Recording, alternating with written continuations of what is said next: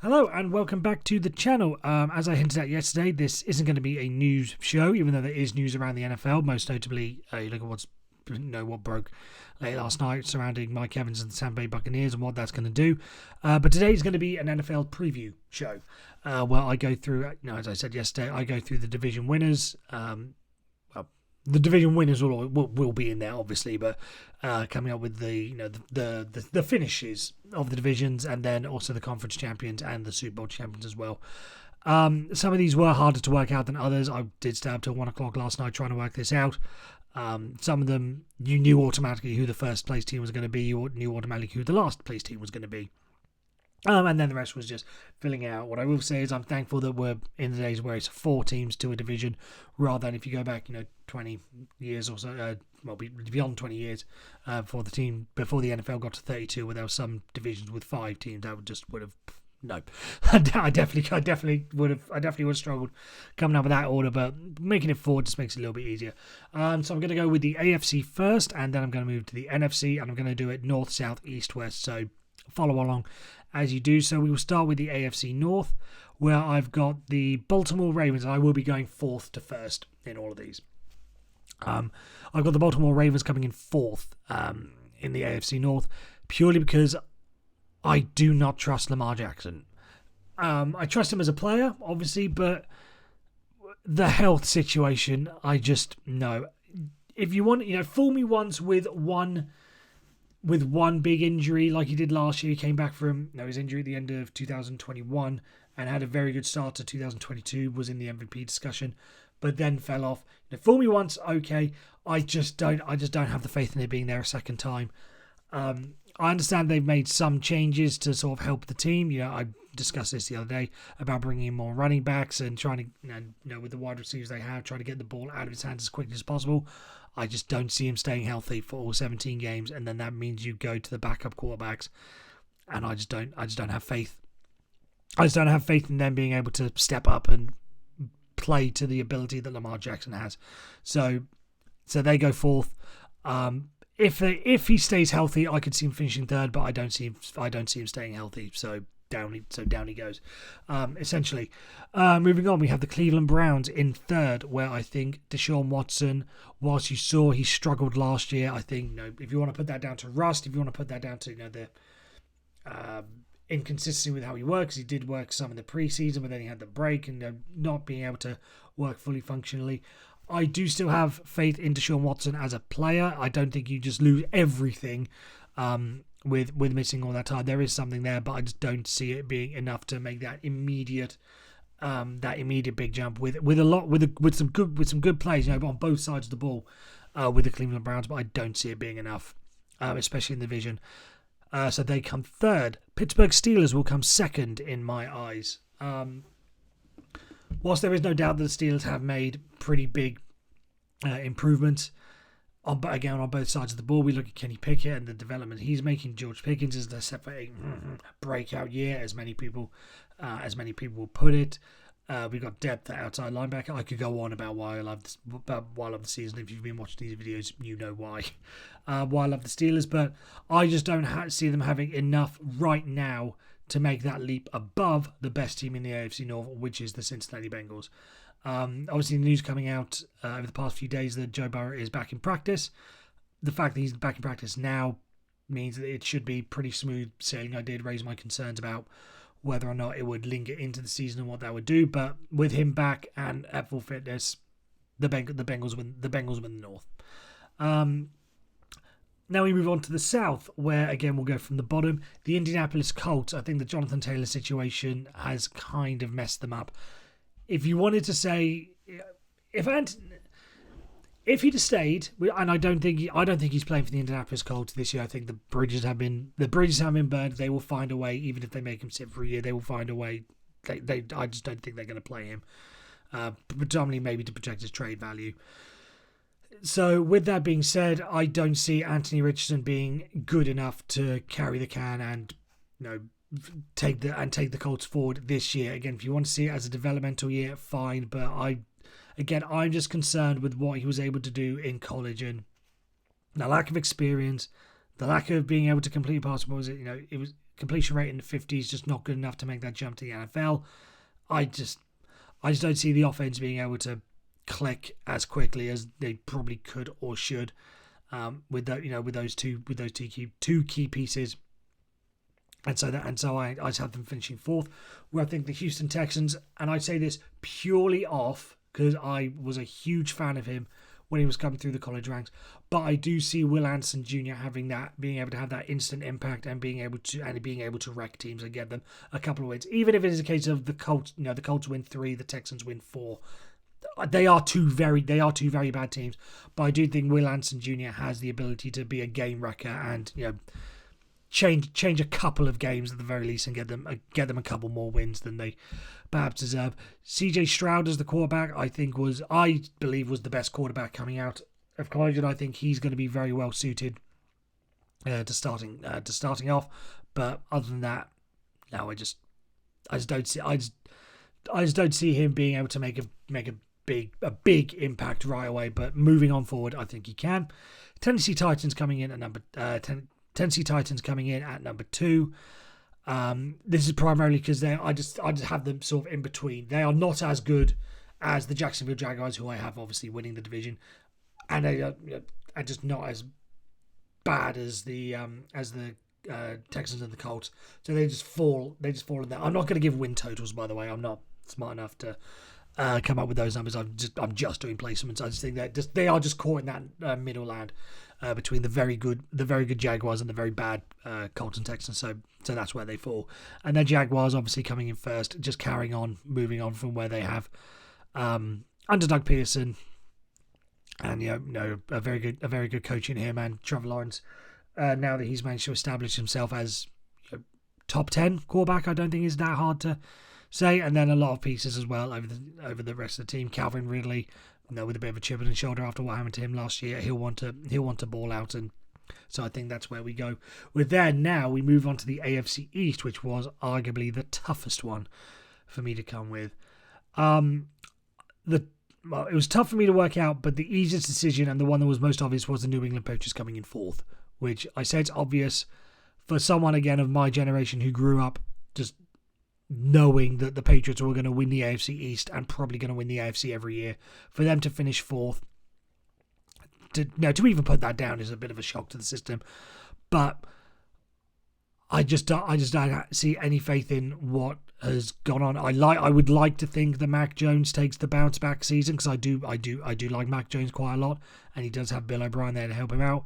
But just the overall, can we say chaos with the New England Patriots? Just there's something on the outside. There's just something not right with the Patriots. There's clearly something a little bit that needs to be worked out as a whole, just what they are as a team moving forward. And I think that's going to play on them throughout the whole season. And that's why I have them coming in fourth. Moving on to third, this again was tricky because all three teams easily have their cases to make that they can win the division. So this was a very hard one. I do see all three of them making the playoffs, but someone's got to win and someone's got to come third amongst this lot. And I have the Miami Dolphins. This isn't anything bad to say about the Miami Dolphins. I'm not saying anything against it. I just think, well, I'll give you the rest. The Buffalo Bills, whilst against there are some concerns, and Von Miller missing the couple of games, and what I've said over the past couple of days and my concerns about that. I just think there is enough in Josh Allen and the running game that I think James Cook is set for a breakout season, and with the wide receiving core that they have, Dalton Kincaid I think is going to be one of the next big things. So on offense they're good. On defense, again, also a very stacked roster, so you can have faith in them. I'm just not 100% convinced in the New York Jets. Again, I'm convinced they will be good. Am I convinced they're going to be runaway 17-0? No, I just think there are still a few things. Is it Aaron Rodgers being the age of the years was last season? Whilst you may want to put it on a whole different number of different things. Is this the start of his decline? Possibly. Is it, does Sauce Gardner have it in him to have another great season? Does Garrett Wilson have it in him to have another great season? Or were these, rookies taking the league by surprise, as it were. I just think there are a lot more ifs and ands and buts when it comes to the New York Jets than the Buffalo Bills.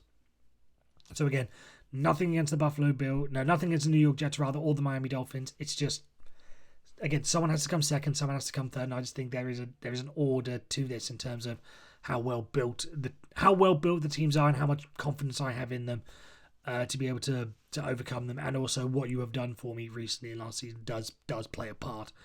Does play a part in this, and I just think Buffalo still have that mentality of we still need to prove the world wrong, and I think they are going to do that and win that division, even though, again, many people have sort of been saying the New York Jets are going to win it now that they have their quarterback in Aaron Rodgers. I just have too many questions about Aaron Rodgers. Not too many, but a couple of questions about Aaron Rodgers that would give me some concern and that stop me from putting them as number one in the AFC East. Taking a break and moving on to the AFC West, where I have I'll do this again in a two. I have the Las Vegas Raiders coming in fourth and the Denver Broncos coming in third. Again, there are a lot of positives and a lot of negatives on both sides.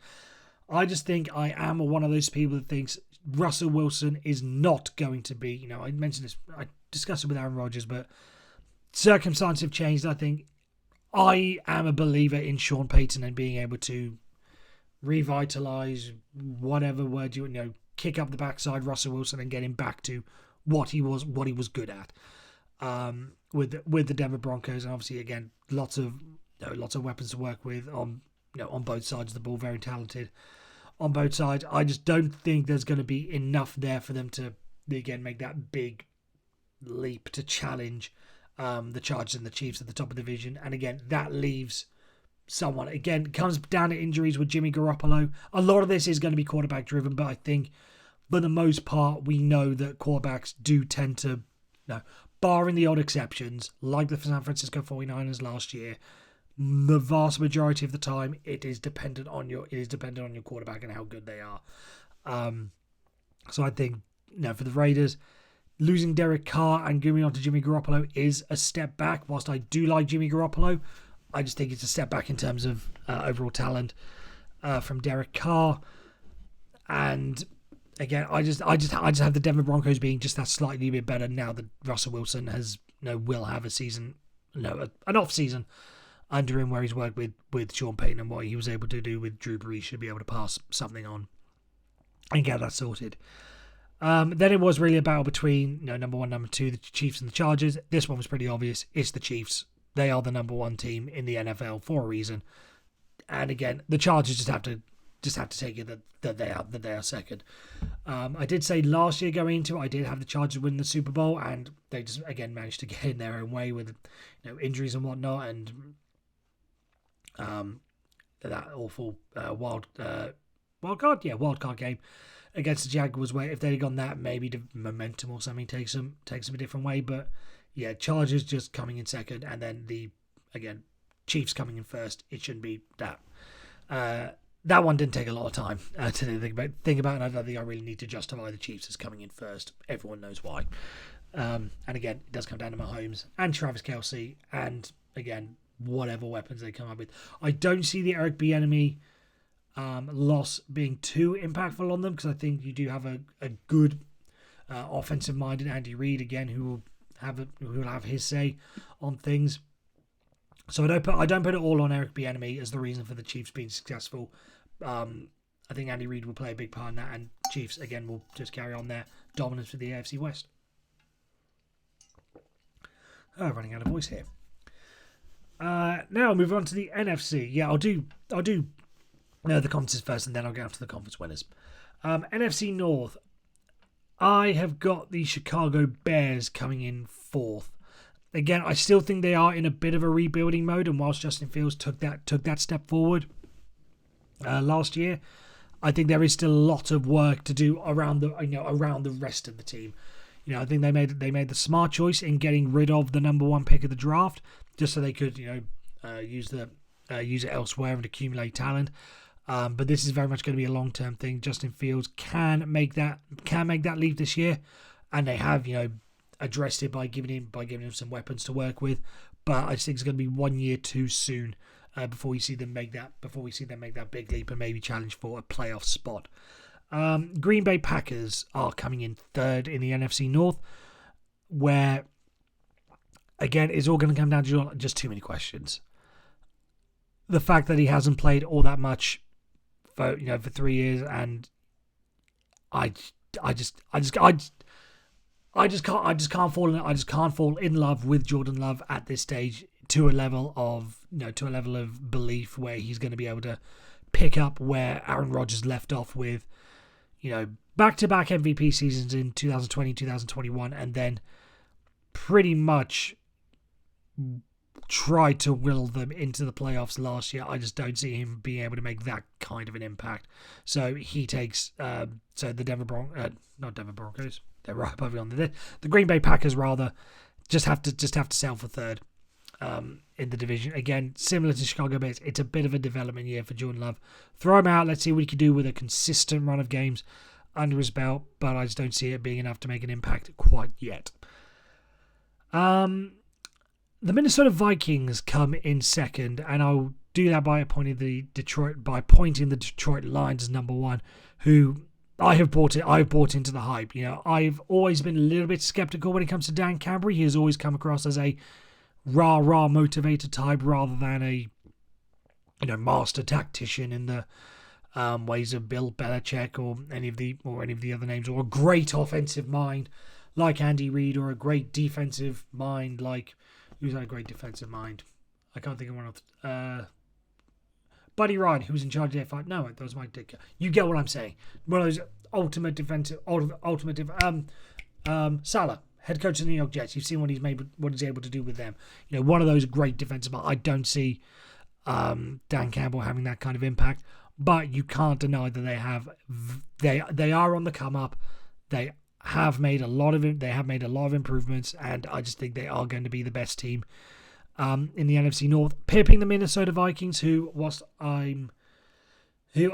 do think the loss of Dalvin Cook is gonna impact them. I don't see them being able to recreate his impact in the running game in any way.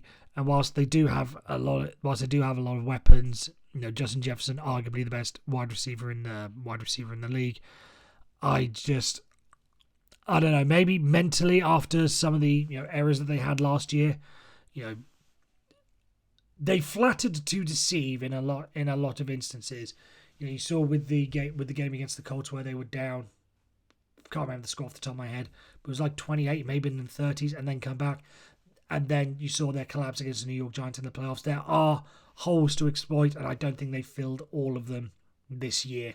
So I think the Minnesota Vikings come second, and that leaves the Detroit Lions as number one. NFC South. Again, I touched on the Mike Evans news earlier, and that's kind of why I have the Tampa Bay Buccaneers coming in at 4. Now, they are very much in rebuilding mode. You've seen the way they've handled things, how they've had to get rid of a whole bunch of players. All of it worth it, obviously, because they won the Super Bowl with Tom Brady. But I just think there is going to come a point, I don't think it'll be in the immediate future, but at some point, Mike Evans is going to leave. I think that, if you read the statement earlier this morning, or late last night, it comes across very clear that I don't think he's going to be a Buccaneer for too much longer. Losing a all-star receiver all-pro receiver like that, that's going to cost them. Just gather more draft picks, move towards the future. Tampa Bay Buccaneers coming in 4th. Only slightly better than them, a team I don't have a lot of faith in, but I do think can have a little bit of a spark, is the Atlanta Falcons. I do think Bijan Robinson is someone who can make that instant impact on the offensive side of the ball, and again will them to a couple of wings. I think he's absolutely electric, and he is going to have that. He's going to have that great rookie impact, and again win them a couple of games. Again, similar to the Texans and Colts, it might well be a case that the Buccaneers win 2 games and the Falcons win 3. It could be that. Not that exactly, because obviously the Falcons won a bunch more games last year, but I'm just not that convinced that they're going to be as great a team, especially when you look at the quarterback situation, how they're moving forward. With Desmond Ridder, again, this is going to be his first full season thing. That's probably going to take them a couple of steps back. But Bijan Robinson will be enough to help them win a couple more games. This one was a very tough one between the Panthers and the Saints to work out who was going to come number one. And as I touched on earlier when he left the Las Vegas Raiders, I do think Derek Carr is going to be a significant upgrade on what they've had at quarterback over the past couple of years, whether it be Jameis Winston or Andy Dalton, or if you want to include Taysom Hill as a quarterback, you by all means can. But again, with the team they have, with a grown up at the quarterback spot, I just have them coming in first. And the Carolina Panthers, whilst they will, again, they have some good stuff to work with, I just don't see Bryce Young being great right off the bat. I did always have my concerns. I didn't think he was the right fit for Frank Reich. If you look at this kind of quarterbacks that Frank Reich has worked with in the past, and you look at what Bryce Young is, completely polar opposite. That's why I was always of the belief that, right up until the last week of the draft, when it became obvious that they were going to go that way, I did think that the Panthers were going to take CJ Stroud, because I felt he fit more in the Panthers mold. But I've got them. I've got them coming second, and the New Orleans Saints by a very, very small margin coming first. It may well come down to equal records, and just head to head against them. It's going to be a very tight race for those two, with the Falcons and the Buccaneers trailing well behind. Now, the NFC East was another one that took a lot of thinking, but eventually I've come out with the Washington Commanders as fourth. Again, similar to the NFC East, I think it's any one of the Eagles, Cowboys, and Giants could make their case to be the best team, to make their case the best team in the NFC East. But I don't think the Washington Commanders are going to make that much of a challenge for it, so it's obviously going to come from those three. I'm not too sure what the Saquon Barkley impact is going to have on the New York Giants, so I'm going to put them as the number 3 team, coming in third. And then again, Dallas and Philadelphia battling out for the first. I just think when you look at what the Philadelphia Eagles have managed to do and keep the vast majority of what got them into the team last year, and obviously starting from a very high point, even if they take that bit of a step down, I just see them having far too much to be able to compete, or to be able to be drawn into a battle rather with the Dallas Cowboys. So I've got the Philadelphia Eagles winning that division, with the Cowboys again just coming in second. And then the NFC West was again slightly more easier. If you've looked at what the Arizona Cardinals have done, they're tanking. Not tanking, but they have definitely given up on this year.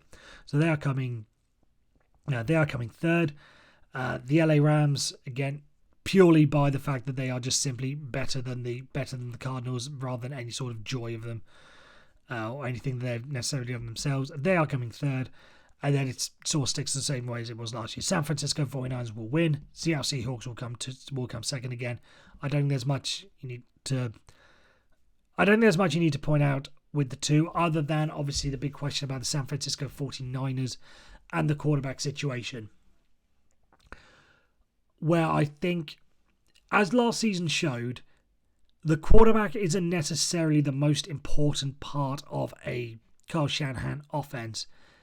And, unless there is a major drop-off in talent from Brock Purdy to Josh Johnson, as we showed in the NFC Championship game, for the most part, so long as there is someone who is at least competent at quarterback, then they know what they're going to do. And that's why, Brock Purdy, if he is Brock Purdy of last year, will obviously be number one and stay number one and guide them through. And if not, then I do have faith that Sam Darnold will at least be competent enough to keep the ship going and keep the offense in line, to the extent that they are able to complement the arguably the best defense in the NFL with the 49ers and get them moving forward. So that is where I have the divisions. Now, when it comes to the conference, I'm not going to go through the whole playoffs. Seeding, just because it depends. Again, there's far too many variables for me to work out with regards to just the standings in the playoffs. Actually, tell you what, I will give it a go right now. I will take a pause in this video and I will come back to you with the playoff standings. And now we're back. I've just gone through the playoff standings of what I've got, and I've come to the same conclusion. Like, my logic of who's going to win the Super Bowl and who's going to win the conferences doesn't really change, but I thought you might as well see the logic in how I got there. So let's see. So let's go through the seedings at least. AFC, Kansas City get the number 1 seed. Bengals 2, Bills 3, Jacksonville Jaguars 4, Steelers 5, Jets 6, Dolphins 7. Those are my AFC playoff teams. So let's see how it goes like this. So first round of the playoffs, Cincinnati against the Miami Dolphins. Cincinnati wins that. Bills against the Jets. Bills win that. Jaguars against the Steelers. Steelers win that. Moving on to the divisional round then. Kansas City against the Steelers. Kansas City wins that. Bengals against the Bills. I think the Bengals win that as well.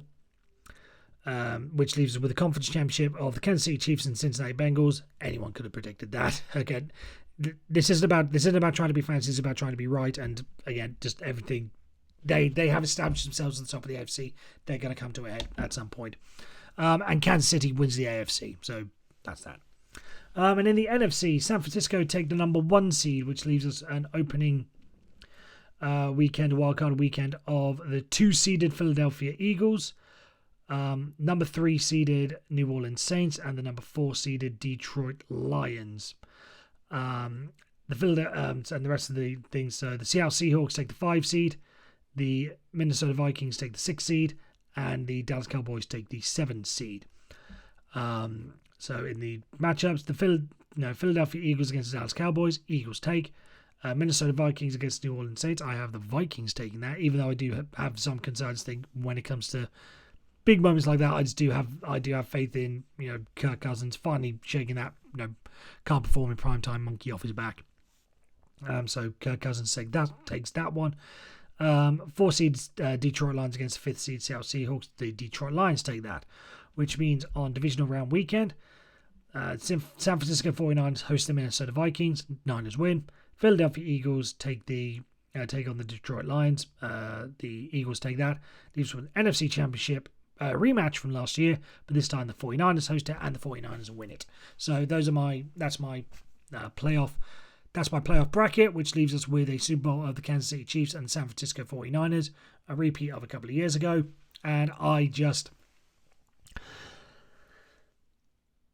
even as I'm saying this, even as I wrote it down yesterday, even as I'm about to say it, there's just that little bit of doubt in my mind. Do I really want to distrust Patrick Mahomes in this moment? Because I do have the San Francisco 49ers winning it all. I just think we've just seen so many times of so many teams coming close to it and then finally being able to break through and going on to win it. And I just think this year it is for the San Francisco. I just think this year is for the San Francisco 49ers. I just think they have the best defense in the NFL. You look at some of the additions. Javon Hargrave, I do think can be the man to take them over the top when it comes to that. So that is my end of season prediction. I don't want to make it any more fancy or any more long-winded than that, because Lord knows I've been going on for a little bit too long. And it stands longer than normal. But yeah, the San Francisco 49ers are your Super Bowl champ. Well, I'm not going to say are, but in my belief at least, will be your Super Bowl champions for this year. So again, let me know what you think in the comments below or on social media where the links are linked below. Again, always welcome for any chat on anything NFL related.